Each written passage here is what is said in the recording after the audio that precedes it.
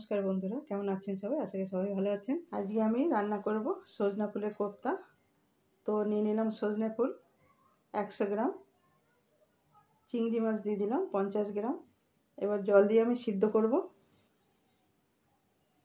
বেশি সিদ্ধ করব না, একবার ফুটে উঠলে নামিয়ে নেব। তো ঢেকে দিলাম, ফুটে উঠেছে, গ্যাসটা নিভিয়ে দিয়েছি, ঠান্ডা করতে দেবো।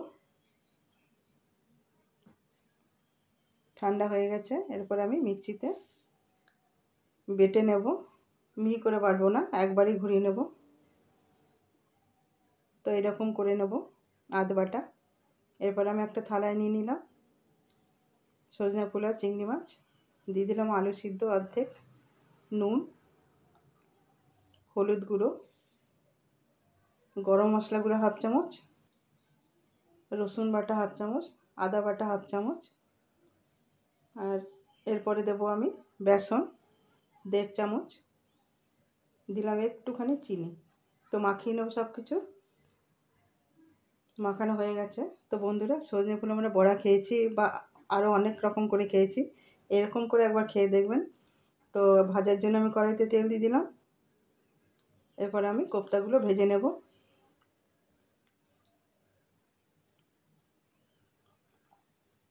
এক পিঠ ভাজা হয়ে গেছে, উল্টে দিলাম।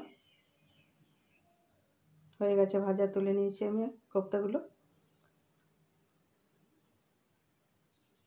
সুন্দর লাগছে দেখতে। এগুলো ভাতের সাথে খাওয়া যায়, এমনিতেই ডালের সাথে খেলেও খুব ভালো লাগবে। তো এবার আমি আলুগুলো ভেজে নেব একটু নুন হলুদ দিয়ে।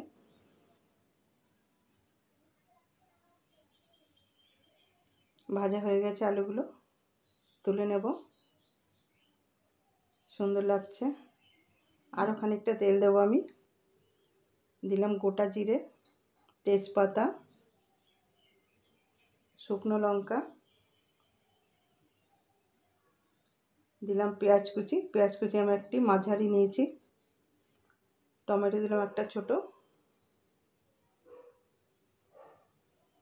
নুন দেব, ভেজে নেব ভালো করে টমেটো আর পেঁয়াজ। দিলাম হলুদ গুঁড়ো, রসুন বাটা 1 চামচ, আদা বাটা 1 চামচ, আবারও কষিয়ে নেব ভালো করে। এরপরে আমি দিয়ে দিলাম ভেজে রাখা আলু। আলুগুলো আমি একটু মশলার সাথে মিশিয়ে নেব।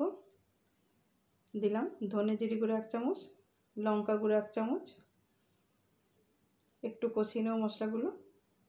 হয়ে গেছে কষানো। এরপরে আমি জল দেব। এই জলটা আমি যে ফুল সিদ্ধ করেছিলাম সেই জলটা আমি ফেলিনি। জলটা আমি দিয়ে একটুখানি মশলাটা মিশিয়ে নেব আলুর সাথে। তো হয়ে গেছে মেশানো। এরপরে আমি ফুল সিদ্ধ করা জলটা দিলাম, আরও খানিকটা জল দেবো।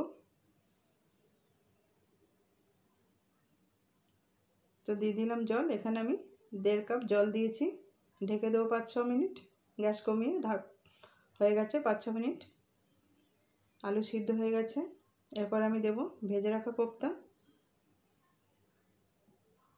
তো বন্ধুরা, কেমন লাগলো সজনা ফুল চিংড়ি মাছ দিয়ে কোপ্তা অবশ্যই জানাবেন। এরপর আমি দিলাম স্বাদ মতো চিনি, গরম মশলা দিলাম হাফ চামচ, দেখাতে ভুলে গেছি, ক্ষমা করবেন। ভালো থাকবেন সবাই, ধন্যবাদ।